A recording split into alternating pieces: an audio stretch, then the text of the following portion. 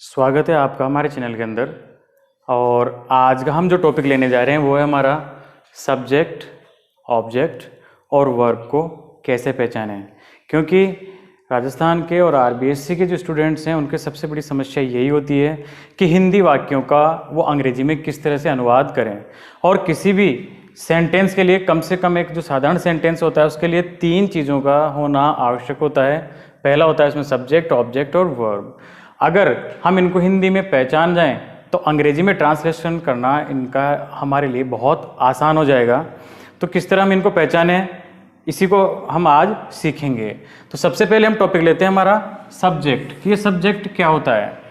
तो देखो, सब्जेक्ट का अर्थ होता है कर्ता, लेकिन ये अपने आप में एक सार्थक शब्द तो है, लेकिन ये पूरी तरह से हमारी डेफिनेशन को पूरा नहीं करता है। कर्ता का मतलब हम लेंगे कि वाक्य में वह शब्द जो कोई कार्य करे, पहली डेफिनेशन, अथवा जिसके बारे में हम बात करें अर्थात जिसकी अच्छाई, बुराई या उसके गुण या अवगुण के बारे में अगर हम बात करें तो वो हमारा सब्जेक्ट होगा, यानी उस सेंटेंस का कर्ता होगा। तो जैसे पहला सेंटेंस हम लेते हैं, गाय घास खाती है। तो यहाँ पर जो कार्य करने वाला है वो कौन है? गाय। हमारा आंसर आएगा गाय, क्योंकि ये काम करती है खाने का। तो इस कार्य को करने वाला, यानी कि हमारी जो पहली डेफिनेशन है कि जो कोई कार्य करेगा वो हमारा सब्जेक्ट होगा, यानी हमारा कर्ता होगा।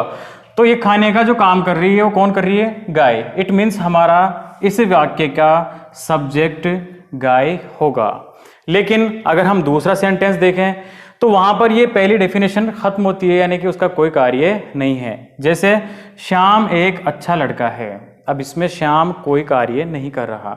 इट मीन्स पहले डेफिनेशन में कि जो कोई कार्य करे, लेकिन यहाँ पर कोई कार्य हो ही नहीं रहा। तो क्या यहाँ पर कर्ता नहीं है? नहीं, यहाँ पर कर्ता है, लेकिन यहाँ पर दूसरी डेफिनेशन काम करेगी, अथवा जिसके बारे में बात की जाए। यानी यहाँ पर बात किसकी हो रही है कि अच्छा लड़का कौन है, किसके बारे में हम बात कर रहे हैं? तो हम बात कर रहे हैं यहाँ पर श्याम के बारे में, अर्थात इस वाक्य का जो कर्ता है वो है श्याम। अब तीसरा सेंटेंस देखते हैं हम, पेड़ों का रंग हरा होता है। तो यहाँ पर आप अगर सोच रहे हो कि पेड़ यहाँ सब्जेक्ट है, तो नहीं, यहाँ पर पेड़ सब्जेक्ट नहीं है। यहाँ पर सब्जेक्ट क्या होगा? चलो हम उसको ढूंढते हैं। तो यहाँ पर दूसरी जो डेफिनेशन है कि उसकी अच्छाई, बुराई या गुण अवगुणों के बारे में बात की जाए, वो हमारा सब्जेक्ट होगा। तो यहाँ पर जो हम बात कर रहे हैं वो है गुण या अवगुण। कौन है यहाँ पर? हरा। अब ये हरा किसका गुण है या अवगुण है? वो है पेड़ों के रंग। ये इसका गुण है कि पेड़ों का रंग जो है उसका गुण है कि वो हरा होता है। इट मीन्स यहाँ पर पेड़ों या रंग सब्जेक्ट नहीं है, यानी सब मिलकर, यानी कि पेड़ों का रंग यहाँ पर सब्जेक्ट होगा। अब चौथा हम लेते हैं कि राहुल की आज पिटाई हुई। तो यहां पर नाम आ रहा है राहुल, तो क्या राहुल हमारा सब्जेक्ट होगा या नहीं? नहीं, यहां पर राहुल हमारा सब्जेक्ट नहीं होगा, क्योंकि राहुल ने कार्य नहीं किया, पिटाई करने वाला कोई और है। इट मीन्स जो पीटने वाला होगा वो हमारा सब्जेक्ट होगा, लेकिन उसके बारे में पता नहीं है। तो यानी कि इस वाक्य के अंदर सब्जेक्ट नहीं है। यहां पर राहुल सब्जेक्ट नहीं होगा, ये ऑब्जेक्ट होगा, जिसके बारे में हम बाद में आगे समझेंगे।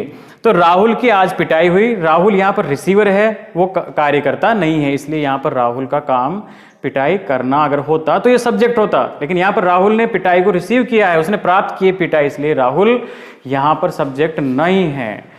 केवल इनके अंदर यहाँ पर सब्जेक्ट है, उसमें सब्जेक्ट नहीं है। तो मैं आशा करता हूँ शायद आपके सब्जेक्ट समझ में आ गया होगा। अब हम देखते हैं कि ऑब्जेक्ट हम किस तरह से पहचानेंगे या ऑब्जेक्ट क्या होता है, इसके बारे में हम देखते हैं अब आगे। ऑब्जेक्ट का हिंदी में अर्थ होगा कर्म, और इसकी जो डेफिनेशन होगी वो कि वाक्य का सब्जेक्ट जिस पर कार्य करता है, यानी कि जिस उद्देश्य से कार्य करता है, जो उद्देश्य है, या वाक्य में किसी कार्य में अगर क्या या किसको किसको, ये 2 वर्ड हैं, यानी कि दोनों अलग अलग शब्द हैं। इनको अगर हम इस तरह से डैश कर दें तो इन दोनों शब्दों को लगाने से जो उत्तर आएगा वो हमारा ऑब्जेक्ट कहलाएगा। ये किस तरह से कार्य करते हैं, इनको समझने के लिए हम ये एग्जांपल्स देखते हैं। अशोक रोज क्रिकेट खेलता है। तो यहाँ पर सब्जेक्ट यानी कार्य करने वाला सब्जेक्ट है, ये काम हो रहा है, यहाँ पर क्रिकेट खेलना काम हो रहा है। तो अशोक काम कर रहा है, लेकिन ये किस पर कर रहा है, यानी कि ये कार्य जो है किस पर किया जा रहा है? ये कार्य हो रहा है यहाँ पर क्रिकेट पर, यानी कि खेलने का कार्य क्रिकेट पर किया जा रहा है। इसलिए यहां पर ऑब्जेक्ट होगा हमारा क्रिकेट। या दूसरी डेफिनेशन, किसी कार्य में क्या, अर्थात यहां कार्य क्या है, खेलना। अगर हम इससे क्या लगाकर प्रश्न करें, इट मीन्स यहां पर अगर हम क्या लगा दें तो हमारा उत्तर क्या होगा, यानी क्या खेलता है, उत्तर क्या आएगा, यानी उत्तर में आने वाले शब्दों को, यानी कि उत्तर क्या आएगा, क्या खेलता है, उत्तर आएगा अपना क्रिकेट। इसलिए हमारा सब्जेक्ट ऑब्जेक्ट होगा क्रिकेट। दूसरा देखते हैं कि मुझे आज इनाम दिया गया। इनाम देने वाला कौन है वो हमें पता नहीं है, लेकिन इनाम लेने वाला कौन है, मुझे, यानी कि मेरे को दिया गया। तो यहां पर अगर आई होता तो वो हमारा सब्जेक्ट होता है कि मैंने काम किया, लेकिन काम मैंने नहीं किया, मैंने सिर्फ रिसीव किया। इट मीन्स यहां पर मुझे, ये भी ऑब्जेक्ट होगा। इट मीन्स यहां पर पहली डेफिनेशन का हम देखें कि किस पर कार्य किया गया, तो इनाम दिया गया, लेकिन किस पर कार्य हुआ, इनाम का, मुझे देने का काम हुआ, इसलिए ये ऑब्जेक्ट होगा। या हमारी दूसरी डेफिनेशन अगर हम देखें, क्या या किसको शब्दों से उत्तर आने वाले शब्दों को हम ऑब्जेक्ट कहेंगे। तो यहां पर हम देखते हैं काम हुआ यहां पर देना। यहां पर हम क्वेश्चन करते हैं इससे, देने से, सबसे पहले क्या, इट मीन्स क्या दिया गया। तो क्या दिया गया, आंसर आएगा अपना इनाम, ये इनाम दिया गया, तो ये हमारा ऑब्जेक्ट होगा। इसके अलावा किसको, किसको दिया गया, यहां पर हम क्वेश्चन रखते हैं, यहां पर लिखते हैं हम किसको, तो हमारा जो क्वेश्चन बनेगा किसको दिया गया। तो किसको दिया गया, मुझे। इट मीन्स इसके अंदर हमें दो ऑब्जेक्ट दिखाई दे रहे हैं, इस वाक्य के अंदर हमारे दो ऑब्जेक्ट हैं। तीसरा एग्जाम्पल हम देखते हैं कि वह गणित पढ़ रहा है। तो अब तो क्लियर हो गया होगा कि जब भी हम किसी कार्य से क्या शब्द या किसको शब्द लगाकर अगर आंसर लेंगे तो जो आंसर आएगा वो हमारा ऑब्जेक्ट होगा। गणित पढ़ रहा है, पढ़ना यहाँ पर काम है। अब पढ़ रहा है तो इट मीन्स अगर हम क्या से शब्द लेंगे तो क्या पढ़ रहा है, तो क्या पढ़ रहा है, तो उत्तर जो आएगा हमारा होगा गणित। तो गणित क्या हो जाएगा हमारा ऑब्जेक्ट। देखते हैं चौथा सेंटेंस, रोहित लिख रहा है। अब यहाँ पर कार्य करने वाला जो है लिखना, रोहित लिख रहा है, लेकिन अब वो क्या लिख रहा है, हमारे पास कोई उत्तर नहीं है। किसको लिख रहा है, इसका भी कोई उत्तर नहीं है। इट मीन्स इस पूरे के पूरे सेंटेंस में ऑब्जेक्ट नहीं होगा। तो ऑब्जेक्ट होने के लिए हमें दो इंपॉर्टेंट शब्द हैं, क्या या किसको। इसको अगर हम उसमें जो दिया गया कार्य है उसके लगाकर अगर हम जो प्रश्न करते हैं तो जो आंसर आएगा वो हमारे ऑब्जेक्ट्स होंगे। आशा करते हैं कि ये बिल्कुल क्लियर हो गया होगा अब आपके। अब नेक्स्ट देखते हैं हम वर्ब, कि वर्ब हमारे सेंटेंस में किस तरह से हम ढूंढेंगे। तो वर्ब है कोई भी काम करना, जब भी कोई कार्य होगा वो वर्ब ही होगी, लेकिन ये वर्ब एक्शन वर्ब होनी चाहिए, क्योंकि अंग्रेजी में हेल्पिंग वर्ब्स भी होती है। हेल्पिंग वर्ब्स को हम ऑक्सिलरीज में आएगा, लेकिन ये वर्ब जिसमें कोई कार्य किया जा रहा है वो एक्शन वर्ब होगी। उस एक्शन वर्ब के जिसके कि 3 फॉर्म्स होती हैं उसको हम वाक्य की क्रिया का दर्जा देंगे, या वही हमारी क्रिया होगी।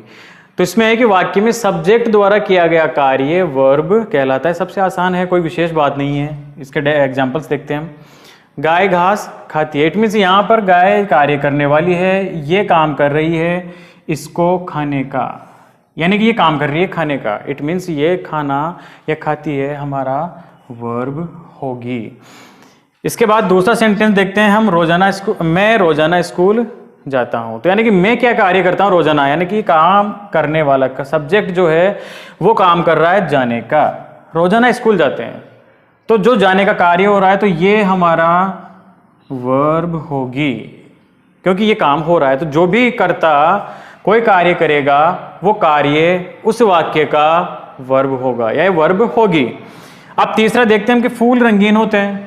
अब यहां पर फूल रंगीन होते हैं, फूलों का गुण है कि वो रंगीन है, लेकिन कार्य नहीं है कि वो रंगीन होते हैं।